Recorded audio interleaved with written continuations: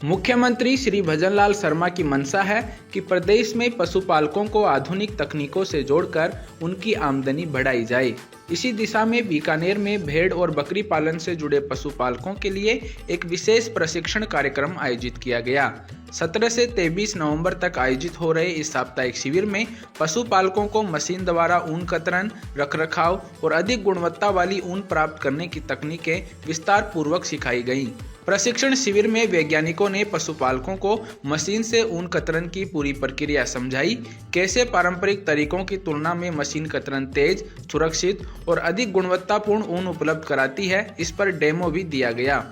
साथ ही भेड़ों की सही देखभाल, पोषण, रोग प्रतिरोधक क्षमता और ऊन उत्पादन बढ़ाने के वैज्ञानिक तरीकों की जानकारी दी गई। शिविर के समापन पर 60 पशुपालकों को प्रमाण पत्र प्रदान किए गए। कार्यक्रम में पशुपालकों को तकनीकी रूप से और अधिक सक्षम बनने का आह्वान किया गया। हम लोगों ने 7 दिन की भेड़ पालकों को मशीन से ऊन काटने की ट्रेनिंग दी है।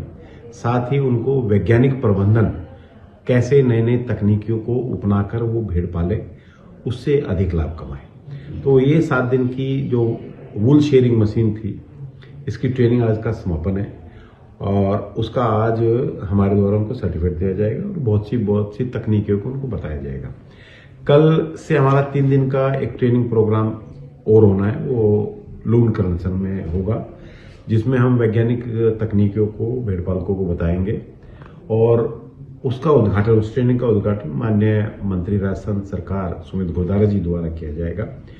उनके ही समक्ष कुछ भेड़ पालकों को हम आनुवंशिक सुधार के लिए 10 मगरा नस्ल के मेढे देंगे ताकि उनकी भेड़ों का आनुवंशिक सुधार किया जा सके। साथ ही कुछ उनको ऐसे किट देंगे जो भेड़, बकरी, गाय, भैंस के लिए उसका प्रयोग कर सके, जैसे मिनरल मिक्सर देंगे और फर्स्ट एड किट देंगे।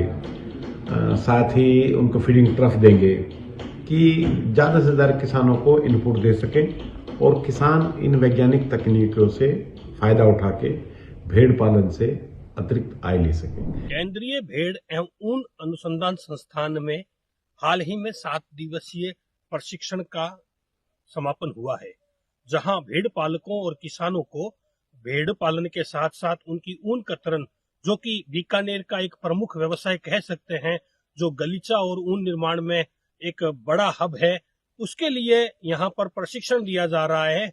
और जो ऊन आज तक बाहर भेजी जाती थी कताई के लिए, बुनाई के लिए, और फिर जो ऊन से उत्पाद तैयार होते थे, उसके लिए अब प्रयास किए जा रहे हैं ऊन अनुसंधान संस्थान की ओर से कि जो कार्य बाहर हो रहा है क्यों ना वो बीकानेर में किया जाए।